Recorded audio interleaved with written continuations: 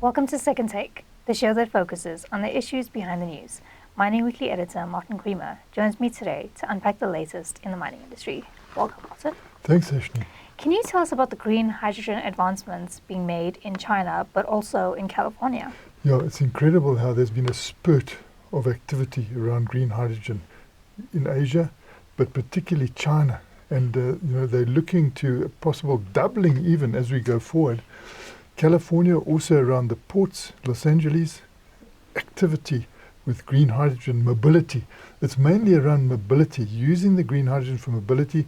Apparently, the Chinese are realizing that to actually have an electric vehicle draws so much off your transmission lines that it becomes hectic. So it's better to turn that extra energy into green hydrogen when you are not in peak periods, when there's actual slowdown in demand off your transmission lines. You can then very cheaply turn that into green hydrogen. Then that green hydrogen can be turned back into electricity with fuel cells to drive your vehicles, of all types of vehicles. So, it's got this widespread, holistic solution in mobility, but also in stationary things. So people are realizing this, and you saw a lot of announcements beyond China and California this week, where into Europe there's a lot of activities taking place. And it was great in South Africa. I mean, we're now carrying a request for information for a green hydrogen development in East London. Now, we've been talking about Kuche, we've been talking about Boegoebaai, now they're looking at East London. So it seems to be, the penny is dropping, that, to import energy is expensive, especially if the changes in currency, where your currency gets weak and suddenly, your energy gets so expensive, as can happen without you realizing this sort of slow change. But yeah, you can get the energy from the sun, you can convert it into a lot of electricity that you need. But when there is surplus and when there's a slowdown in demand, you can turn that into green hydrogen, use existing facilities and drive all your vehicles. So the penny is dropping, and that's great for platinum. Now, Menar has warned that the US and South Africa could both face adversity if trade relations are not normalized. Yes, we're all looking towards, next week, Wednesday. It's a very tense period for South Africa. Hopefully these talks will really be positive for us. A lot of people believe they will be, so we're holding thumbs.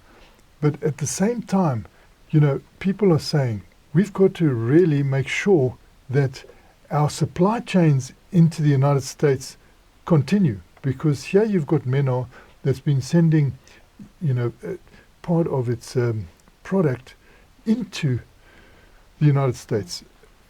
A supply chain that's been regular, 3 cargoes, going to this one company. But this year so far, there haven't been any cargoes. So what is causing the disruption? When he got through to the client, they said it's just uncertainty. So, a lot of uncertainty has been created. So the uncertainty can't go on for too long, because obviously people will say, well, we're not going to get that market quickly, so let's start looking elsewhere. So they start going out to various other markets in Europe, Eastern Europe, Asia, and they find those markets. Then what happens is, when your old clients in the United States start calling for that product, you say to them, I've already sold it off. So, to disrupt supply chains like this is not only bad for South Africa, but it's also bad for the country that is not continuing on that steady state. You want steady state, and the steady state has gone away. And so hopefully Wednesday will bring it back, because it's not only us that need it, America needs it as well. And lastly, tell us about the need for electricity cable theft to be declared an act of economic sabotage. See, I'm saying economic sabotage. This is not political sabotage in a way, but it's economic sabotage.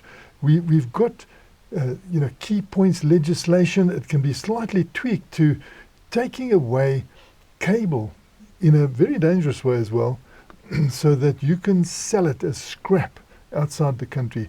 And it goes through certain supply chains that seem to be very organized. So you've got syndicates working on this. A massive spotlight needs to be shined on this. And it's no good just saying, oh, some cable was stolen, we've had the court case, the guys are out on bail.